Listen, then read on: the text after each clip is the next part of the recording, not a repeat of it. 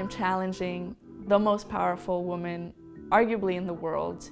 She's the strongest Democrat, the leader of the party. People don't get it immediately. Like, why are you challenging that? Are you actually being destructive? Even after, or right after I filed for candidacy, I struggled to even say the words. And only now, after doing it for so many months, do I say, yeah, I'm challenging Nancy Pelosi, and it's so important to do so. I'm Agatha Basilar, and I'm running for U.S. Congress here in San Francisco. I'm a 28-year-old Brazilian-American immigrant, Stanford engineer, and social justice advocate. I'm challenging Nancy Pelosi, though, so. Okay. I'm a more progressive Democrat challenging Nancy Pelosi. There hasn't been a debate in 33 years. Tomorrow is March 3rd. It's the primary election. I'm hoping to earn the second most votes in order to advance to the general. Nancy Pelosi should be celebrated for so many of her achievements, but it has been 33 years. The city and the world have changed dramatically, and our leadership has stayed stagnant. I reflect the district more. This is one of the youngest districts in the country. 40% of registered voters are millennials. So many of us work in tech. We are immigrants. We're in this historic time where young people are rising up and demanding that action be made and that we be seen as a real constituency with power. We are at a phone and text banking session. It's 5 days before the primary election, so we are trying to reach out to people to make sure that they vote. We're especially reaching out to young people. Our campaign has already sent out more than 20,000 texts to voters under the age of 28. These are some highlight responses we've gotten through text banking. No one challenges Nancy Pelosi in this town. This lunacy is akin to replacing General Patton in the midst of his advance into Germany with a private only just arriving to boot camp. Noob ideologue, another Twitter politician. Divorce from reality, absolute madness on a scale beyond one's ability to comprehend. And then there was the Stanford prison experiment one. I did a voter registration project in 20 cities across the US and got to talk to almost 1,000 people, especially millennials, about why they had never registered to vote. The two things I heard most often were, one, people just didn't feel connected to their options on a ballot. They didn't feel like their representatives reflected who they were or their lived experience. The second thing I heard is that people didn't feel like their vote mattered when it was drowned out by such powerful corporate interests. Walking to a political party.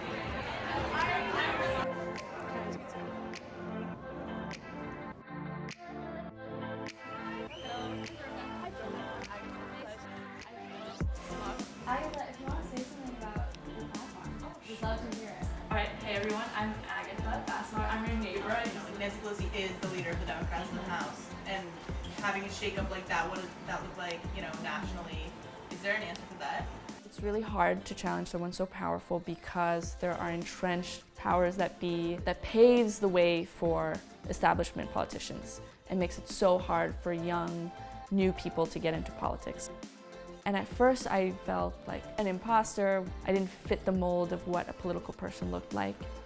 And it took me a little bit of time to realize, no, this is actually why I need to run, because our voices and our different backgrounds aren't being reflected. And it's actually pretty troubling when you have a political class that is so homogeneous. Like, the average member of Congress is a 58-year-old white male millionaire lawyer.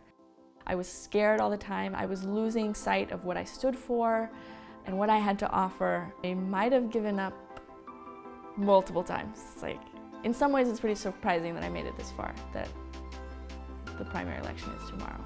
I remember going to City Hall to file the paperwork, to turn in our signatures, to pay the fee to get on the ballot, and I was completely by myself.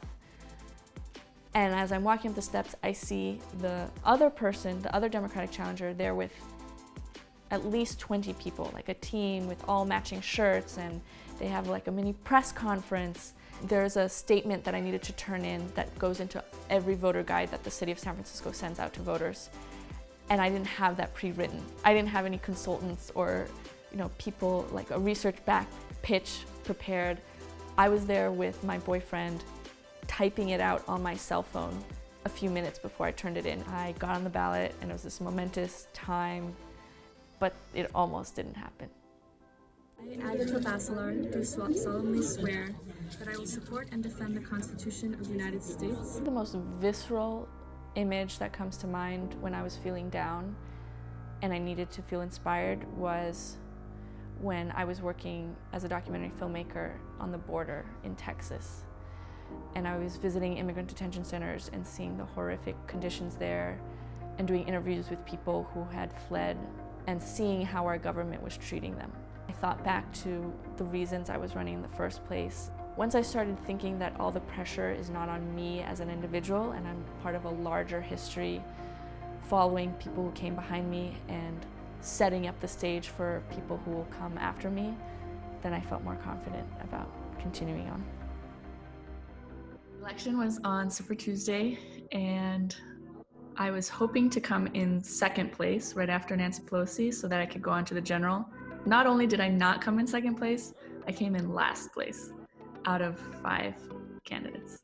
So I lost big time. So what am I doing now? Kind of crazy to say this, but I run the largest COVID-19 testing operation in the United States. I saw this tweet.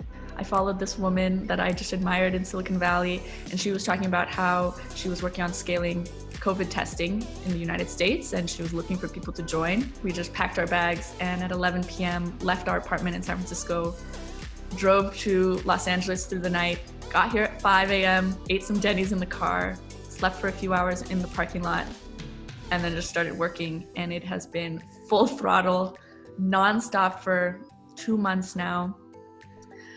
Feels like a campaign all over again.